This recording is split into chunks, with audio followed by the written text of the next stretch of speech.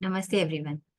आज एक ऐसे टॉपिक को लेकर आपके सामने आई हूँ जिसकी क्यूरियोसिटी आई एम श्योर आप सभी के मन में भी होगी। आपने बचपन से सुना होगा कि एकादशी के दिन हमें चावल नहीं खाने चाहिए। एकादशी के दिन चावल खाने वर्जित होते हैं।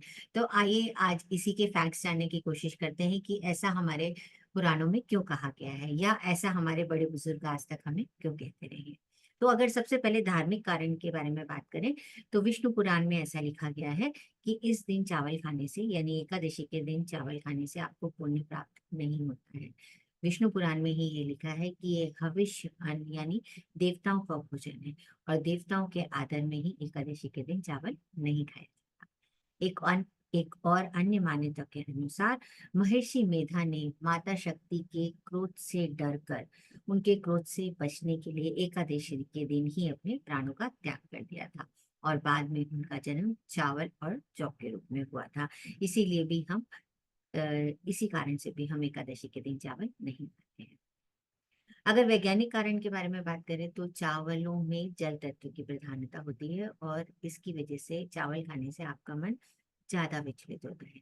एकादशी के दिन व्रत हम अपने चंचल मन को अपने कंट्रोल में करने के लिए ही करते हैं और इसीलिए शायद एकादशी के दिन हम चावल नहीं खाते। इसके अलावा एकादशी को लेकर एक और भी स्टोरी फेमस है।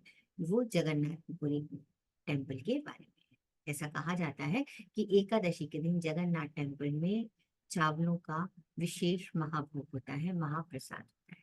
इसके पीछे भी एक छोटी सी कथा जुड़ी हुई है। कहते हैं कि एक दिन ब्रह्मदेव जी जगन्नाथ टेम्पल पे महाप्रसाद ग्रहण करने के लिए मंदिर में आए। उन्होंने दर्शन करने के बाद जब महाप्रसाद लेना चाहा तो तब तक सारा भोजन समाप्त हो गया था। ब्रह्मा जी थोड़े निराश हुए, पर तभी उन्होंने देखा कि एक पत्तल में थोड़े से चावल पड़े हैं और कुत्ता उसे चाट के खा रहा है।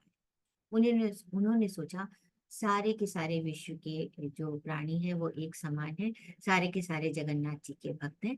इसलिए उन्होंने कुत्ते के साथ ही उस पत्तल में वो चावल खाना शुरू कर दिया, क्योंकि वो पूरी तरीके से श्रद्धा से भक्ति से ओतप्रोत थे और उन्होंने उस पत्तल में पड़े हुए चावल को महाप्रसाद की तरह ग्रहण किया। उस दिन से भी उस दिन के बाद से ही जगन्नाथपुरी में एकादशी के दिन चावलों का महाप्रसाद बनने लगा या बनाया जाता है।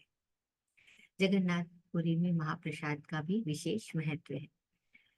इसके अलावा एक और कथा भी है कि एकादशी माता ने एक बार महाप्रसाद का महाभोग का जगन्नाथपुरी के महाप्रसाद का अनादर किया था। इससे गुस्सा होकर विष्णु जी ने उन्हें उल्टा टांग दिया। बंधक बना के उल्टा टांग करके उनको दंड दिया था। अगर आज भी आप जगन्नाथ टेम्पल जाते हैं तो वहां पर आप एकादशी माता का टेम्पल देखेंगे जिसमें वो उल्टी लटकी हुई है। उम्मीद करती हूँ ये छोटी सी जानकारी आपके बहुत सारे मिथ्स एंड मिसकंसेप्शन को दूर करने में आपकी हेल्प करेगी और शायद आज आपको भी ये लॉजिक मिल गया हो कि हमें एकादशी में चावल क्यों नहीं खाने चाहिए या क्यों खाने चाहिए। ये निर्णय आपका है। Thank you very much for watching. नमस्ते।